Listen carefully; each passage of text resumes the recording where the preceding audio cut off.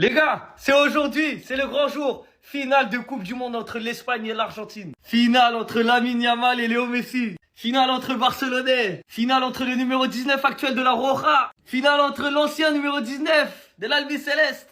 Finale entre celui qui a été lavé et entre celui qui a lavé.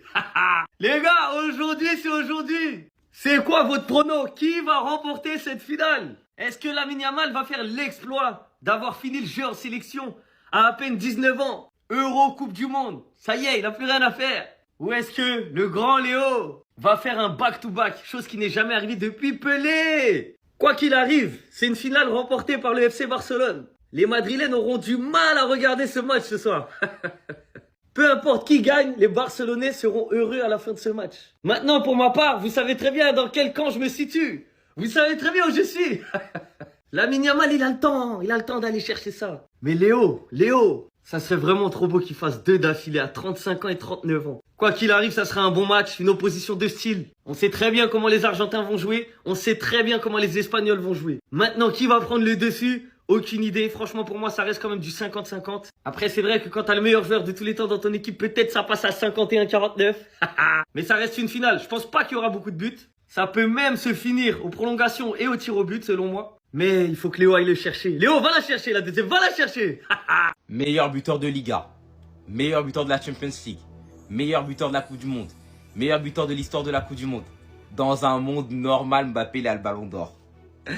Dans un monde normal, avec ce que je viens de dire, Mbappé est censé être le ballon d'or. Genre, c'est le meilleur joueur de la saison. Mais le problème...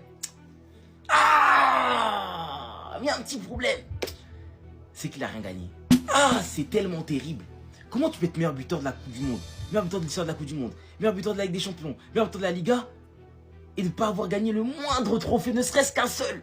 Parce que en vrai, moi je vous dis la vérité, hein, s'il gagne juste un trophée là, de tout ce que j'ai cité, je pense que Mbappé est potentiellement le ballon d'or cette année.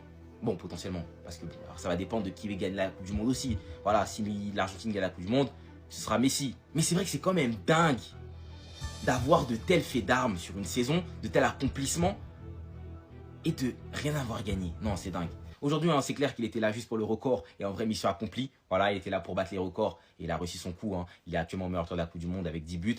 Messi, il va falloir qu'il marque 2 buts en finale pour essayer de l'égaler. Je ne sais pas s'il va réussir. Surtout que bon, la défense de l'Espagne a encaissé seulement un seul but. Et au-delà de ça, si Messi ne marque pas plus de 1 but, Mbappé est le meilleur buteur de l'histoire de la Coupe du Monde. Et ça va rester pendant longtemps ce record-là. Sachant qu'il y a une autre Coupe du Monde auquel il va encore participer. Et c'est dingue de dire qu'il n'a rien pris cette saison dans une saison all-time en vrai. Statistiquement en termes d'accomplissement. C'est le jour J, et moi j'ai une question à vous poser, que ce soit pour les Barcelonais et les autres amoureux du football. Est-ce que vous avez choisi votre camp? Moi personnellement j'ai beaucoup réfléchi, et mon choix est fait. De mon côté, Papy, il a déjà tout terminé. Il a fini le jeu, il l'a déjà dit, il a fini le jeu en 2022. Que là c'est que du bonus. Le choix il est simple. Moi je me range du côté de l'Espagne. Ça y est, il y a trop de Barcelonais dans l'équipe. Et il y a surtout des joueurs qui jouent actuellement au Barça. Le fait de voir Pedri, Gavi, Yamal, Garcia, les deux Garcia même, Olmo, même Ferran Torres avec une Coupe du Monde, même s'il y a des joueurs qui ont plus contribué à ce titre que d'autres, ça reste un groupe. Moi je serais content pour eux et je suis derrière l'Espagne demain personnellement. De voir Lamine Yamal finir le jeu en sélection à seulement 19 ans, Euro, Coupe du Monde, en ayant participé une fois à ces deux compétitions, c'est ce que je veux voir, c'est ce que je veux. En tout cas, Lamine, réalise-nous une grosse finale demain. Tu as rendez-vous avec ton histoire. Et là où elle est encore plus belle, cette histoire, c'est que tu vas le recroiser 19 ans plus tard. Le meilleur joueur de l'histoire. Sinon, vous les gars, vous en pensez quoi? Ramenez-vous sur l'importance en nuit. Ça y est, c'est aujourd'hui la finale de la Coupe du Monde entre l'Espagne et l'Argentine. Les deux meilleures équipes du monde. Le meilleur joueur de l'histoire du football versus le meilleur jeune joueur du football. Cette finale qui est made in Masia, ça va tout simplement être magnifique ce qu'on va voir. Et je pense qu'on n'est pas prêt à voir ce qu'on va voir ce soir. Alors que les Argentins, eux, ont envahi Times Square, Ronaldo R9 pense que l'Espagne va quand même gagner face à l'Argentine. Et facilement en plus. Et Gérard Piqué, lui, pronostique 1-2-1 pour les Espagnols. Maintenant, pour mes frères barcelonais, ce soir, ça va être tout simplement historique. Puisque d'un côté, le meilleur joueur de l'histoire peut remporter sa deuxième Coupe du Monde et mettre fin au débat entre Messi et Ronaldo, même si le débat il est fini depuis un moment. Et de l'autre côté, notre Lamine Yamal barcelonais, qui lui peut remporter cette Coupe du Monde et le Ballon d'Or en plus, et être clairement le meilleur jeune joueur, voire même le meilleur joueur du monde. En tout cas, vous l'aurez deviné, moi mon camp, il est déjà fait. Désolé Messi, mais je suis pour l'Espagne ce soir, et comme les autres fois également, et que le meilleur gagne.